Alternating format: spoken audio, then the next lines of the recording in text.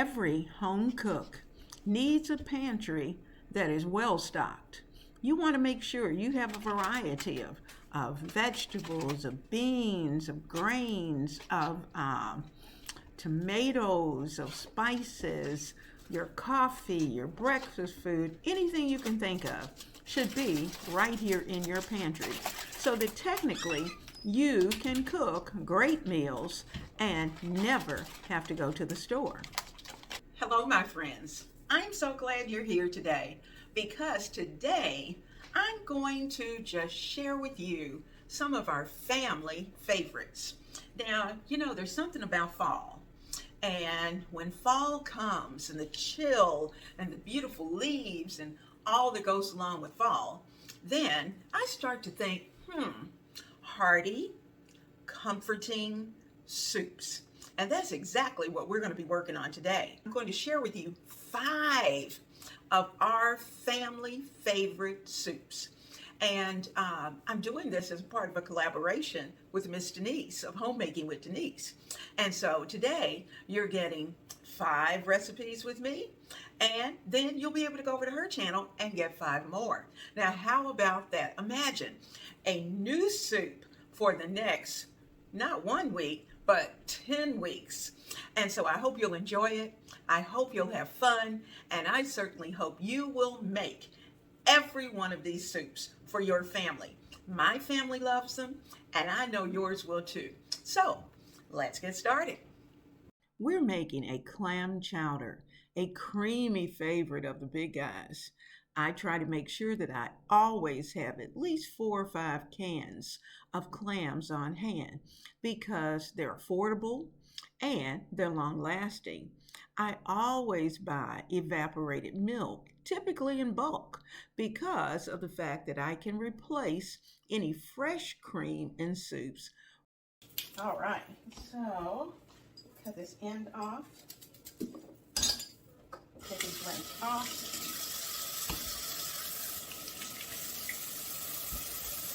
And while I'm rinsing and peeling, I cook the potatoes, the celery, and the carrots in a beautiful seafood broth. And we're going to cook that for at least 2 hours on high. And then we will, about the last hour of cooking, we'll see how those potatoes are doing because they're going to need a little time to come together. So I've got my celery here. I'm going to go ahead and put it in the crock.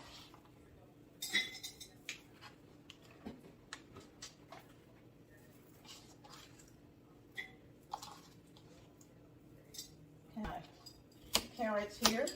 I like to cut mine into smaller pieces, small chunks, and then dice them from there. We're using simple, wholesome ingredients tonight, and we're stretching our budget. And another thing that we're doing is that we're using all of our pantry staples, not just in our regular pantry, but also those that are in the refrigerator. Let's continue. Let's get the liquids in, the spices in, then we're going to close this baby up and let it cook on high for at least 2.5 hours. Now let's put our seasoning in. And I'm going to start with some obey. So I'm going to start with about a teaspoon.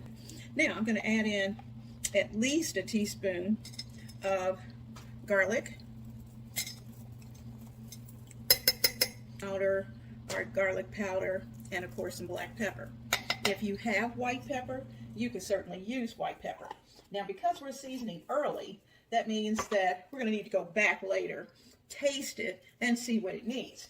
Now, I typically put a couple of shakes of Frank's Red Hot into mine.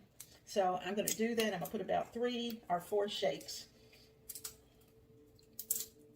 because we want this to be good, right? And we want that seasoning to be from the very beginning. So there we go. There's 1, 2, 3. All right, got our Frank's in. All the little peels in. Gonna give this a good stir. And we're gonna be ready to add the broth. Keep this in mind. You could certainly add a bottle of clam juice that you can get in the store. But it's so much better if you have some real seafood broth that you can put in. Be careful and make sure that you taste your broth, because it may be that your broth is salty, and if that's the case, that means you'll cut back later on salt, because you will need a little touch of salt in this because of the fact that you have all of these potatoes, and these potatoes are just going to soak up all of this goodness.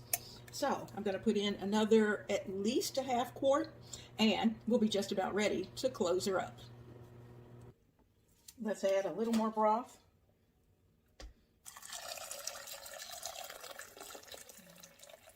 About half. Keep things as clean as possible. Okay, let's get her plugged in. We have it on 4 hours, and in about 2.5 to 3 hours, we'll check it, give it a taste. Let's prepare some crispy bacon for the top of our chowder once it's completed its cook. I keep bacon in my freezer all the time, several packs in fact, and just take one out as needed. The nice thing about this particular recipe is that I'm not going to need the whole pound. I'm just going to take about 3 or 4 slices out, cut them up, fry them up, have them nice and crispy and ready to go. You know, soups are always about loving on your family. And the good thing about this particular soup is that it's so warm and the potatoes make it so comforting. Now, I'm going to give you the option of deciding how thick you like your chowder. If you like it more on the thick side, then you will probably want to go back and add a few potato flakes, maybe a couple of tablespoons. But you know, if you're not a thickness person, then you may just want to leave it the consistency that it is. But one thing you can't do without is tasting. Make sure that about 2 hours into the cook time that you taste your chowder. And if you need to adjust the flavors, then please do.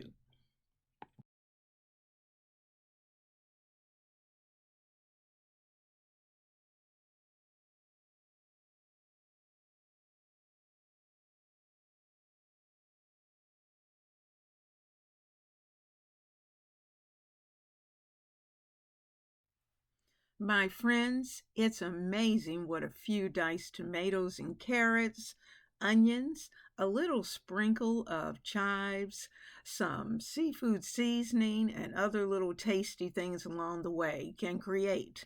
And all of these are items that are in your pantry. And if they're not, you may want to add them. Now we're taking a moment to taste this delicious clam chowder, but do understand we're not finished for today. We're taking our frozen rotisserie chicken. You notice I had it right here in the package. And I love going to Costco and purchasing rotisserie chickens because every now and then you can really catch them at a great price. And in fact, most days they're at a great price. So, our rotisserie chicken's in, but I'm getting ready to share with you one of my favorite budget-friendly, pantry-friendly recipes, and that's my Creole gumbo. Let's get into it. I've got my pot on high heat. I'm going to place a top on it so that it's going to come to a boil pretty quickly. And over in this pot, we're going to make our roux. Let your pot get nice and hot. And I'm going to be using olive oil and butter.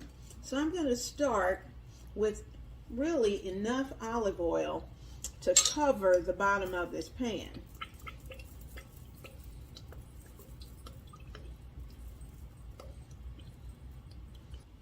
Okay, let's put our butter in. And I'm going to let all of that liquefy. Turn it down just a little bit. I'm going to add about a half cup.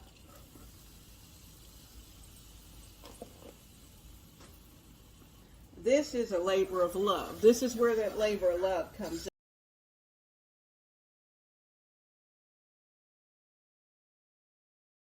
closer so you can see how nice and brown it is. Okay, that's exactly.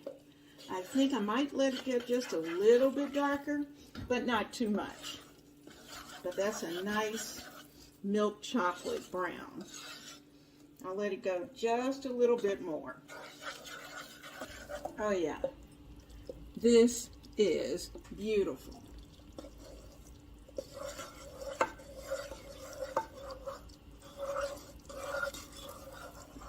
I'm going to add all of that roux and get all of this goodness out. All of that out. All right, now what we're going to do is that we're going to start to add our aromatics. We're going to put in some peppers and onions and celery. All of that's going to go in. It's 2 cups of peppers, onions, and just peppers and onions, a combination. I'm also going to add in some celery.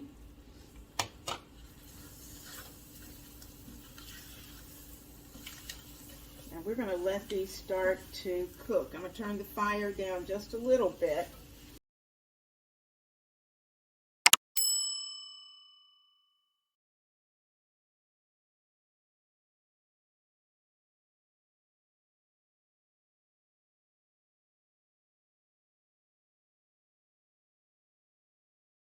And I'm going to start to add a little bit of that liquid into our vegetables.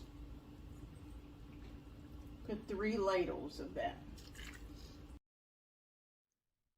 Gumbo takes a little bit of time and definitely a little bit of arm strength because there's a lot of stirring that goes on. Now, the roux that we made, we're going to liquefy it. We're going to add lots of substance to it, and we're going to make almost a thick gravy-like substance.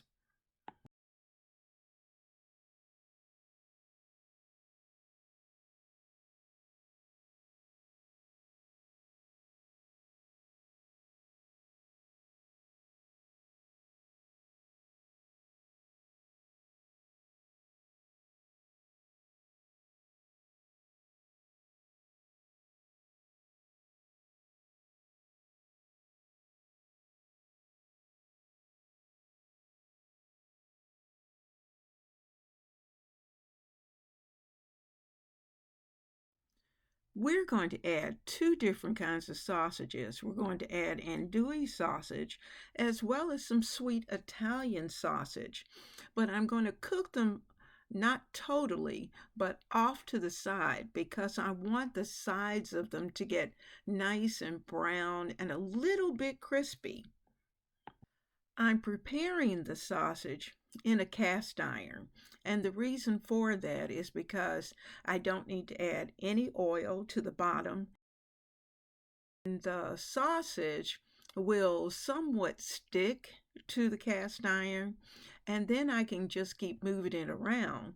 Now you'll notice also that I'm cutting it into slices, somewhat small slices, just enough, a nice bite size. Now, while we've been working on the sausage, I've also been adding some pieces of chicken because this is going to be a chicken and sausage Creole gumbo.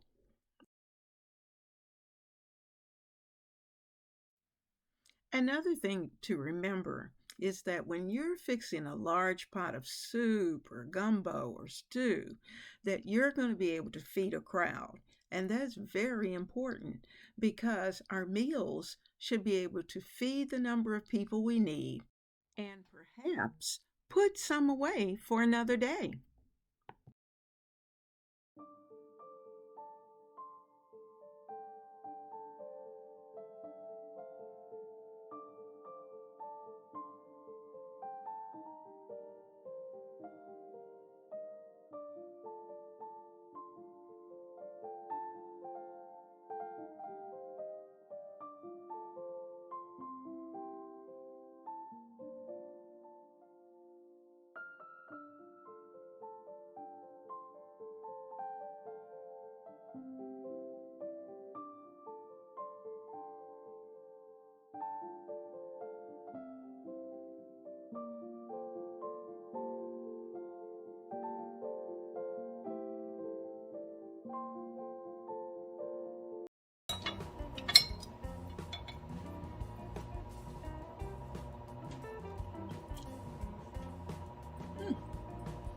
pretty good.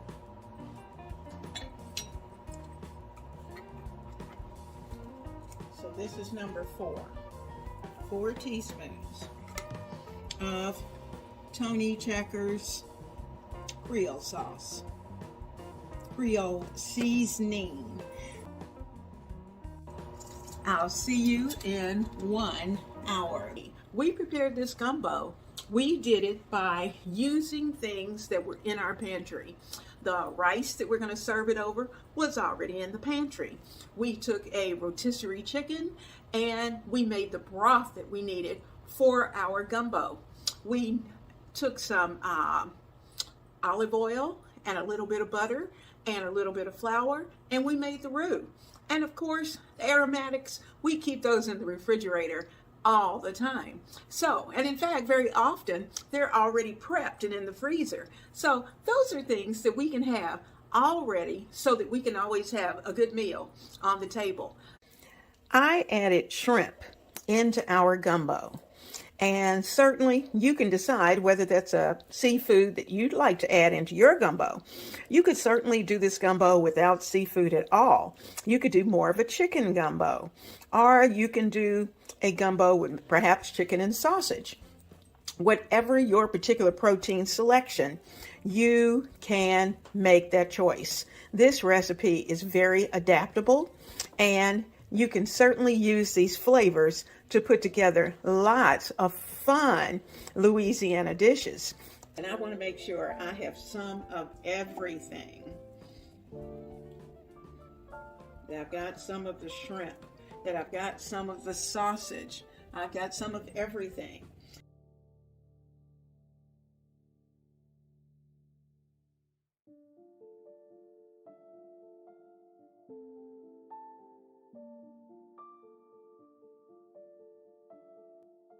For those of you who may have come in late to the party, we have already prepared now 2 soups, and we're getting ready for number 3, which is going to be a delicious cheeseburger soup that I tell you what, all of the kiddos love.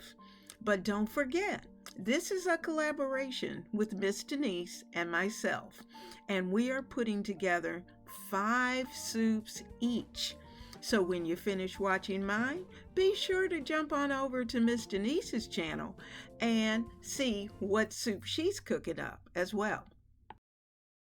Now, a couple of things to keep in mind. If you want your soup to come together very quickly, then you're going to need to make sure that you've done the prep work. And we've already done that. I'm going to start by actually adding the liquids in because I'm not going to add any additional oil to it. So I'm going to put in 3 cups of stock. And it just so happens that I have vegetable stock, but if you have chicken stock, that's fine too. So I'm going to put in about 3 cups to get us started. And in fact, I think what I'll do is to go ahead and just add the box. I'm adding in 2 cups of onions. I'm going to add in 2 cups of carrots. Get those in. I've packed them in here. I did all of the prep work in advance, and that really saves you a lot of time. Now I have about 3 to 4 cups of potatoes that go into this. Now I also prepped my ground beef.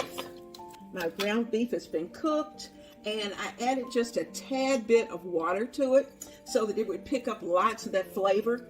And we're going to add all of that flavor into our pot. Now you can see that very quickly this pot has filled up. And we're going to let this come to a good boil. And I'm going to add, like I said, I'm going to add 1 pound of ground beef that has already been cooked. You could certainly go back and add a couple of chicken bouillon cubes just to add to the flavor. But you know, at this point, I'm not going to do that. I'm going to wait until all of this has had a chance to come together. And then if I think it needs to be kicked up, I can always add some better than bouillon in. All right, so we've got our vegetables in. We've got the ground beef in. And I'm going to let this simmer on the stove. I'm going to add a fourth cup of aminos, and I happen to have some coconut aminos. I'm going to add about a fourth cup. Now, you know, cheeseburgers have to have cheese, so eventually we're going to add in the cheesy flavor, but not yet. We'll do that toward the end. Once the soup really is well cooked down and everything is happy in here, we will definitely add in some sour cream.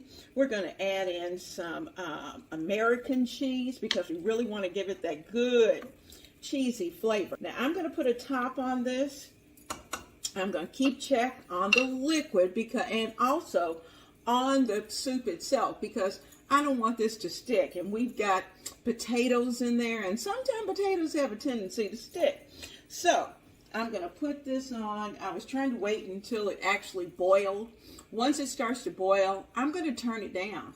And I'm not going to eat for probably about 2 to 3 hours or so. So because of that, I can turn this down on a nice low simmer. You have to have seasoning. If you have some minced garlic, you can certainly add that, but I have the dried or crystallized garlic powder that's already in my mix. So I have about 2 teaspoons of house seasoning, which you know is onion powder, garlic powder, and black pepper. That's in here. Now, if you're a little sensitive to spice, you may want to only add 1, because the black pepper sometimes, if you have a really good black pepper, it can be just a little tricky. But I am going to add a little bit of red pepper flakes, my pepperoncinos. I'm going to put in a little pinch of that into our mix because I like that. Also, as I said, I'm going to add some dehydrated vegetables, and that's to kick up the nutritional value. I'm going to put in a heaping, this is 1 teaspoon actually, and I'm going to put in 2 of the dehydrated vegetables because I want those to be in the background. Because after all, okay, yes, I love the cheeseburger soup, but I also want this to be extremely healthy. So we're adding in the dehydrated vegetables. Okay. Now, you know, in order for the potatoes to cook, it's going to have to boil. And for this particular dish, we're going to need some no salt seasoning. That's where we're starting. We aren't going to put any salt in yet. We will, because of the potatoes, we're going to need some salt. All right, I'm putting in no salt, and I've got 1, 2 of the no salt seasonings, 2 teaspoons, because this is a good sized pot. So let me put the top on that. The vegetables are done, and as of this moment, like I said, we're going to put the top on it and let it start to cook down. And that's going to speed up the process of it coming to a boil as well. So let me get that top.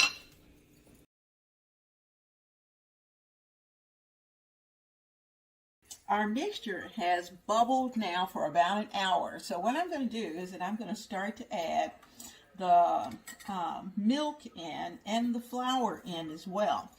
And I'm going to get a cup. We're going to put the 1/4 cup of flour in. We're going to mix it with some of this hot liquid first, and then we'll put it in.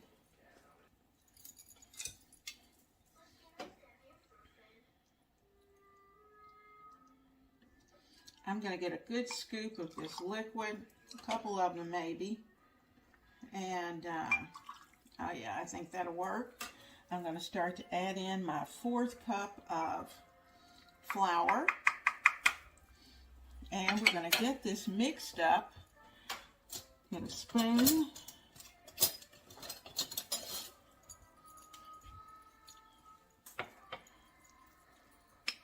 And we're going to mix this up. I really wish you were right here because you would be able to smell how delicious this soup is.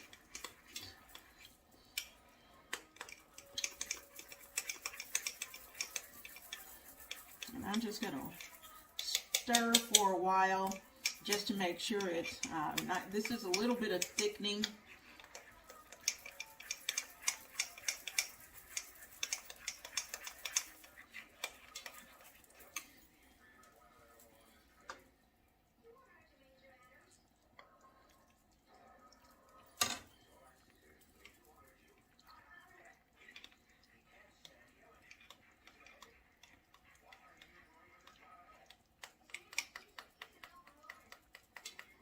Okay, I'm going to get my colander and we'll be ready to go. I thought I had my camera on and I didn't. I added a pound of American cheese cubes as well as a cup of milk and a 1/4 cup of thickening. I'm using flour. And so all of this has gotten very creamy. So I'm putting it on low. And I'm going to let it go until dinner time. Now just think, this cheeseburger soup is the ultimate comfort food.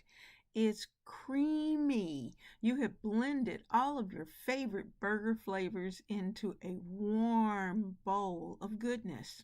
It was just a matter of throwing your ingredients into either your Dutch oven or into your crock pot, either, and let it simmer.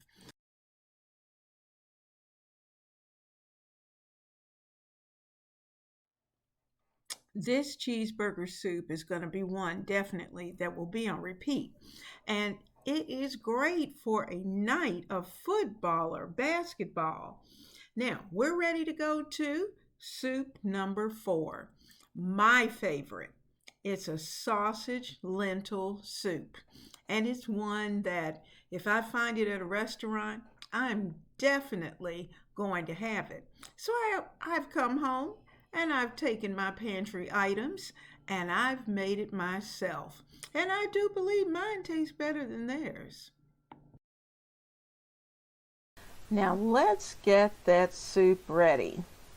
We are going to add to this pan, we're going to make just enough for 2 dinners. So we're going to add in just a tiny bit of grapeseed oil to the bottom, just a couple little swizzles. And then I'm going to start to put in some mild Italian sausage. We're then going to break it up in the skillet. Now the skillet's still in the process of getting hot. And this one, because I had these in the freezer, this happened to be one of those that was still just not quite totally thawed. But that's okay, because he's going to be thawed right here in the pan. So that's 1 sausage, and I'm probably going to add anywhere from 3 to 4 sausages, but I want to look at what they look like in the skillet. You know, you have to kind of stand back and look at how much you're putting into the dish that you're going to make. So rather than at this point to say put in exactly 4, I'm going to look at the amount to make sure. Now, if you were serving a family of 4, then what I'm preparing tonight would be perfect because it would easily serve a family of 4. But just for the 2 of us, this is going to probably make 2 meals. So I did end up with 4. I realized that I needed some celery, so I had to take a moment and go chop a quick bit of celery, get some garlic, and we're ready to go.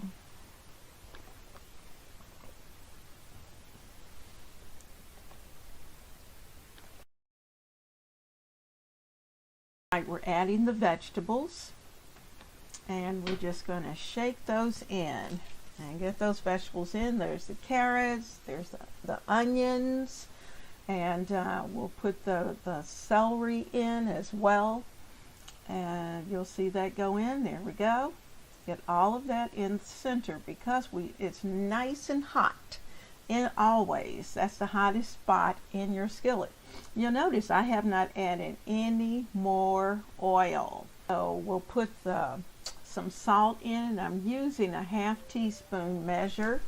So I'm going to add in a 1/2 teaspoon of salt. I'm also going to put in a 1/2 teaspoon of Italian seasoning.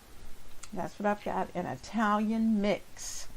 So I'm going to open that up, and actually I'm going to put a full teaspoon of that Italian mix in. It's not going to be too much. You'll find that it actually is not as strong. It has oregano and basil and thyme, all those good seasonings that you think of when you think of Italian food.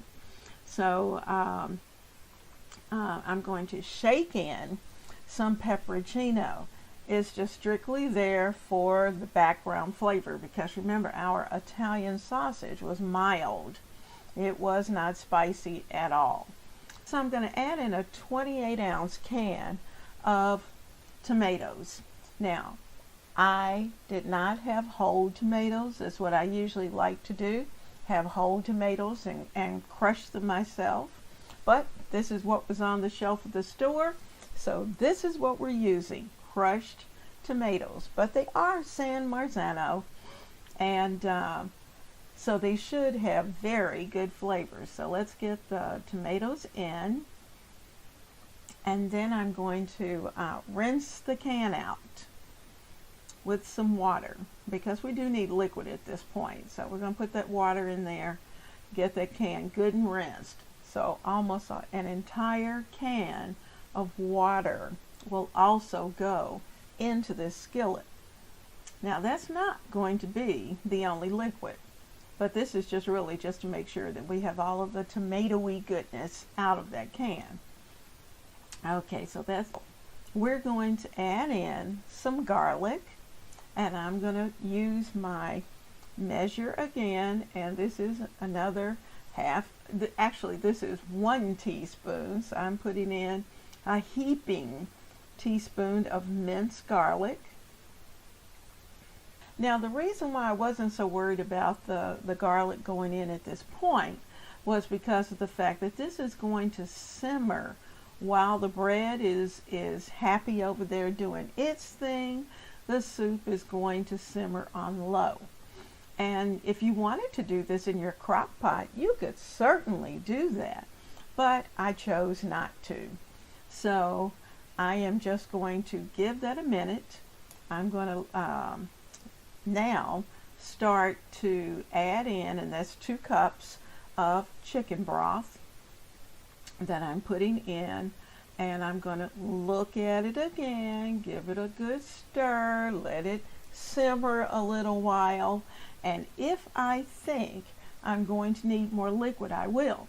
But remember, we still have lentils to put in, and lentils are going to soak up the liquid. So I'm using my 1/2 cup measure again, and I'm going to put in at least a full cup, maybe a cup and a half of brown lentils. So I have gone through those lentils and they are just fine, so I'm putting those in, and it may be that in the end I may decide to just add all the rest of these, because I actually have 2 cups measured.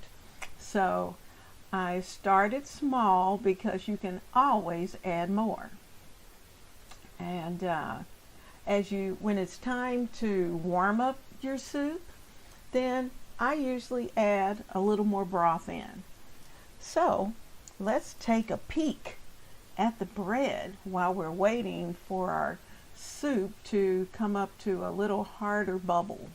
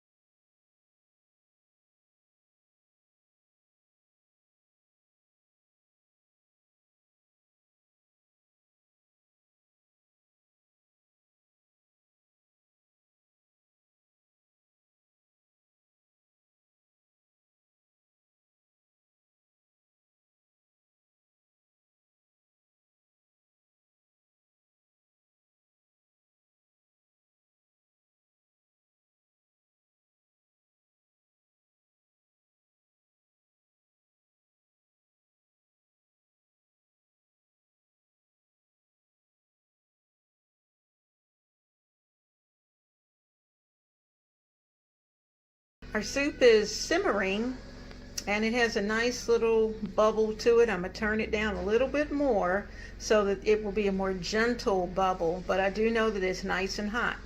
I've got the soup cooking on the stove. I've got the bread in the oven. So dinner is going to be ready and just waiting for everyone to say they're hungry. This is what it looked like when it first came out.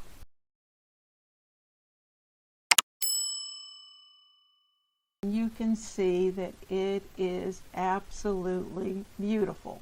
So we are going to just take the time, do a little tapping, and we're going to make sure that we can hear a nice hollow sound.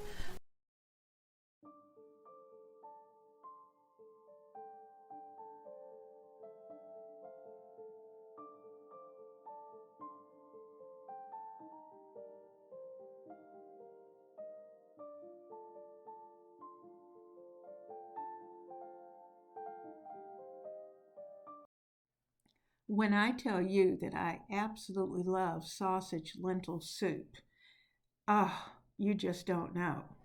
But the thing of it is, I really love it with this homemade bread. It's warm and it's filling, and everyone is smiling. That includes hubby, myself, and I even gave some to my next door neighbor, and he was smiling too. So try it. You will love it.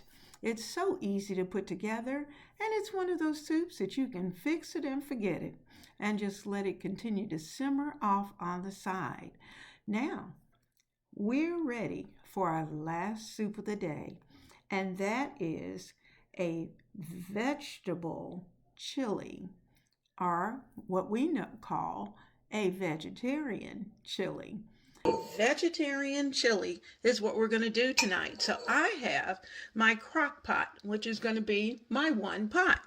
And in this crock pot, first, I'm going to add one whole onion. So we're going to get all of that into the pot. This is going to be one of those things that we can put together for any football game or just a cold, chilly day. Chili on a chilly day. How about that? All right. I'm adding in a can of Rotel chili, what they call Rotel chili fixings, and it's actually seasoned diced tomatoes with green chilies. They're already in there. So I'm throwing those in, one can, and the cans are usually small, and that's a good thing. Now be careful with that. I was about to add two, but unless you taste it, sometimes those chilies can be extremely hot. Now, be sure that you get either the medium or the mild if you're not quite a heat person. So next, we're going to add in this is a 28-ounce can of tomatoes, and these are diced tomatoes. You could use the whole tomatoes. That part's up to you. Now, I'm not going to put that can too far away because we're going to need to add some liquid to our crock pot. Now, because it is vegetarian, I could have added in some what they call the vegetarian crumbles. They kind of look like meat, but I'm going to do mine with beans, and I'm going to get those proteins in, and we're going to add beans to it. I think that's going to be enough. So I'm putting in, my can's been rinsed, and I have another can, and this one I actually just left water in it, but I have 2 cans of red kidney beans. Now, I'm going to give all of this a little zhuzh first. Now, you could put in any kind of vegetable you like, because basically, I guess you'd almost call it, even though it is a chili and we're going to put in chili spices, it really is very much a chili flavored vegetable soup. So if you have any vegetables that are lurking in your refrigerator, you could certainly throw them in. Or some partial packages of vegetables that you may have in your freezer. You can put in squash, any of that, whatever would go in. I'm going to add in a can of corn because that's going to give it a little bit of Tex-Mex. So there we go. And you know, chili's not chili unless it's well seasoned. So we're going to need to kick it up a notch with some good seasonings. Now, as you can see, it's still pretty thick. And these vegetables are going to cook down. The beans are going to cook. But I'm going to add in one of the tomato cans full of water. 1 can. And I think I'm going to stop there. So I didn't do the whole can, but I did just enough to cover the vegetables and the beans. And you can decide later on if you want to add more liquid. If you like your chili more liquidy, then you can do that. If you like it thick and hearty, you can certainly cut down on the amount of liquid that you add. Now, if you happen to have some what they call vegetable broth, you can certainly use that as well. All right, I'm using a 1/2 teaspoon measurer, and I'm going to measure in about 2 teaspoons of cumin because I like the smokiness of cumin. And it's just going to, as you can see, that's a good teaspoon because this is a 1/2 teaspoon. And 1 more. Okay, so that takes care of the cumin. For me, you can never get too much cumin because chili is all about the smokiness. And that's what cumin adds. Now, we're going to need a pinch of pepperoncino. And you know, we only want a pinch because we can always add, but we don't want to have to take away or attempt to take away. I'm going to add in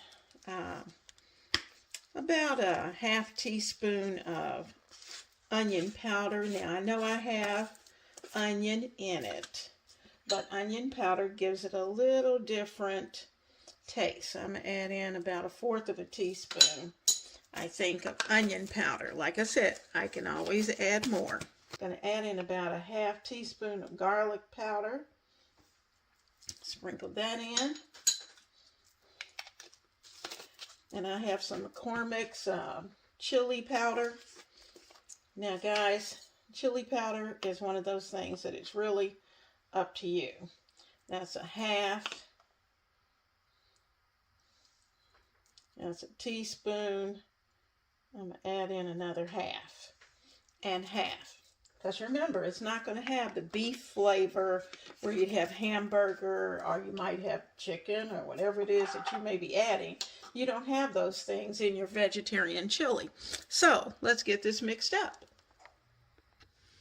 Okay.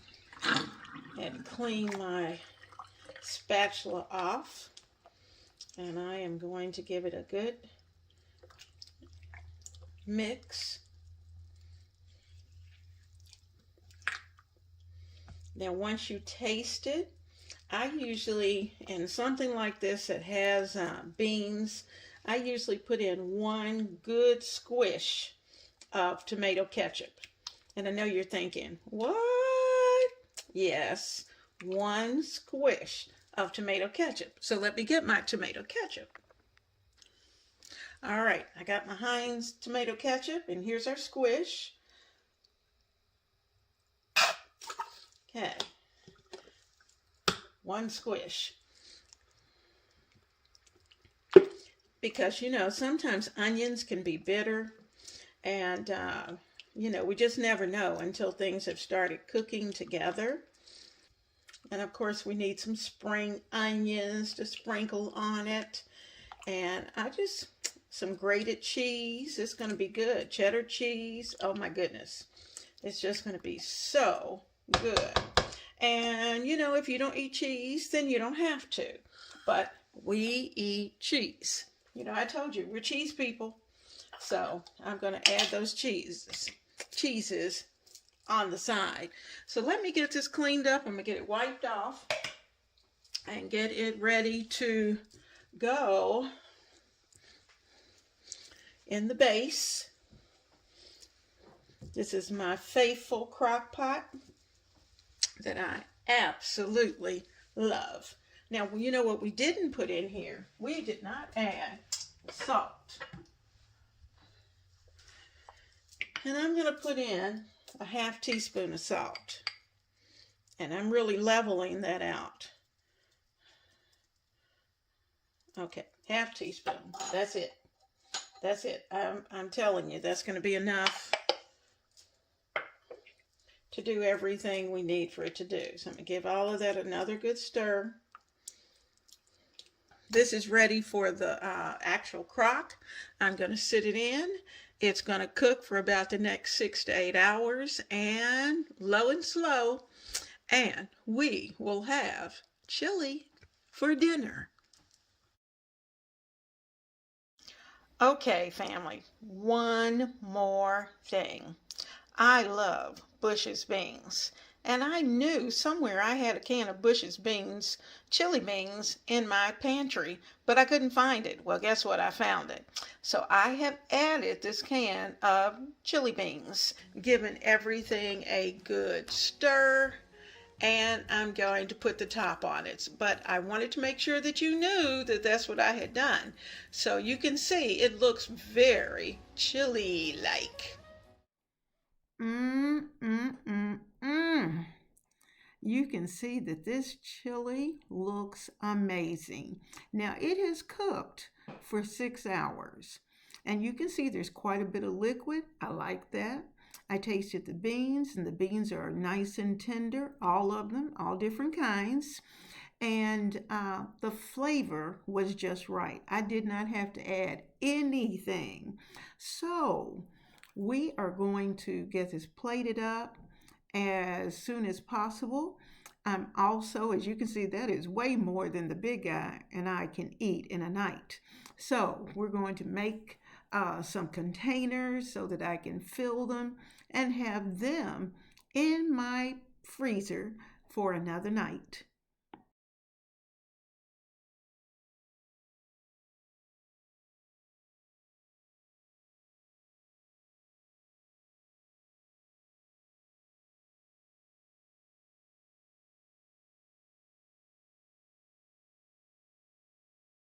So let me get a little pinch of green onions and put them right there on top. Dig into this.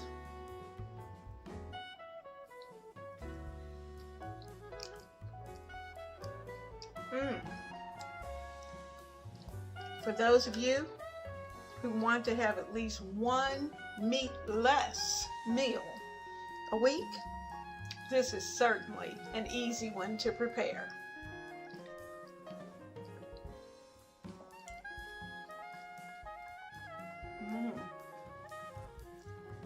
What a journey we have made today.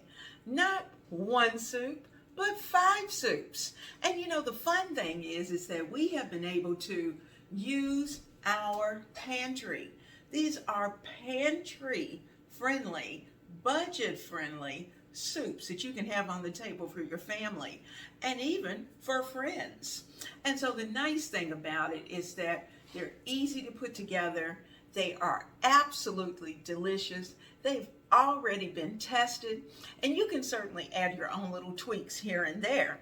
Now, I'm shared with you my collection of favorite soups.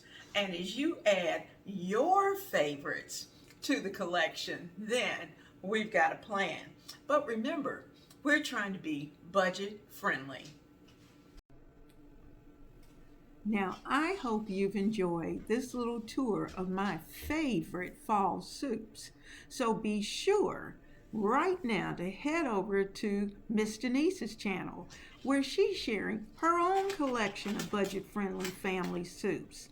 And between the two of us, remember, you'll have 10 hearty, delicious recipes to keep you cozy this season. And next week, we're planning to be back with another collaboration. This time, we're going to be focused on something else that's very budget friendly. You won't want to miss it.